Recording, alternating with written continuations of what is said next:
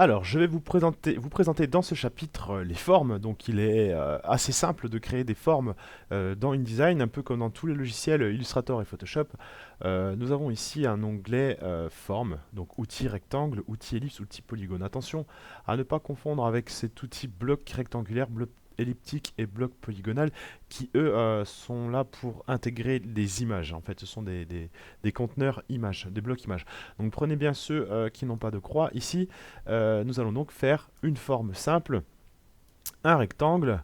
Voilà, le rectangle qui va avoir ici comme particularité d'avoir un contour noir et un fond vide. Et on le voit ici. Donc si vous sélectionnez votre forme, vous pouvez mettre une couleur, n'importe laquelle, à l'intérieur de votre forme, ainsi qu'un contour.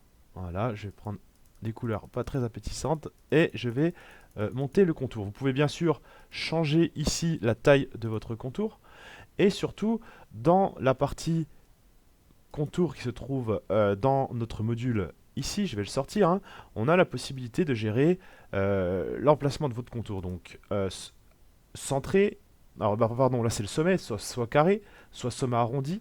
Alors je vais essayer de zoomer pour qu'on le voit un peu plus. Voilà, là on voit les sommets sont arrondis ou en biseau, les sommets sont biseautés. On va rester sur du carré, mais surtout l'alignement du contour soit centré par rapport à votre tracé, le tracé hein, qui sont les limites de votre rectangle, soit à l'intérieur, donc on voit ici le contour est à l'intérieur, ou à l'extérieur, le contour étant à l'extérieur de votre tracé. À vous de choisir en fait ce qui vous convient. Alors là, l'extrémité, impossible de le dire, hein, puisque on n'a pas d'extrémité, c'est une forme fermée. Le tracé est fermé, donc on ne peut pas gérer ici. Comme vous pouvez le voir, ça ne change absolument rien. Vous avez ici la gestion du type de contour. On retrouve un peu hein, ce même type, hein, ces différents types un peu partout dans InDesign. Losange, pointillé, enfin bref, vous pouvez faire ce que vous voulez. Ici, on a une gestion de début et de fin pour mettre des flèches. Pareil, vu que le tracé est fermé, ça n'aura aucun sens ici. Il faudrait juste un tracé simple. Voilà en gros pour les formes. Alors, je vais vous montrer d'autres petites astuces. Si vous voulez créer par exemple un damier ou plusieurs formes en même temps, ici je voudrais créer plusieurs rectangles. Voilà, si j'appuie sur, toujours en étant en mode édition, c'est-à-dire sans relâcher le clic souris, et que j'appuie sur la flèche directionnelle de droite, ici je peux diviser mon carré en plusieurs formes. Si j'appuie sur la flèche directionnelle de gauche, je reviens à l'état initial, à savoir une seule forme. Donc là c'est une coupe de façon verticale, et pour faire une coupe de façon horizontale, j'appuie sur la flèche haut, voilà, donc ce qui permet de diviser à chaque fois mes formes en plusieurs formes. Ici j'ai donc plusieurs formes dans mon InDesign. D'accord. Après, à vous d'en faire ce que vous voulez.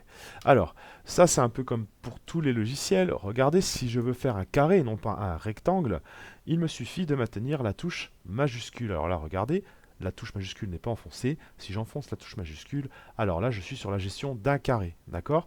Vous pouvez déplacer votre forme pendant la conception de ce dernier en faisant tout simplement espace. Regardez, espace. Je déplace ma forme pendant sa conception, je lâche espace et là je modifie sa taille. D'accord. Lorsque je lâche, c'est bon, ma forme est faite. Alors on a ici dans les options les points de référence, hein, X, Y, il y a toujours ce point de référence au gauche, on le voit ici, la largeur et la hauteur, et ensuite, comme d'habitude, la possibilité de modifier le contour et le fond, ça je viens de vous le montrer tout de suite avant.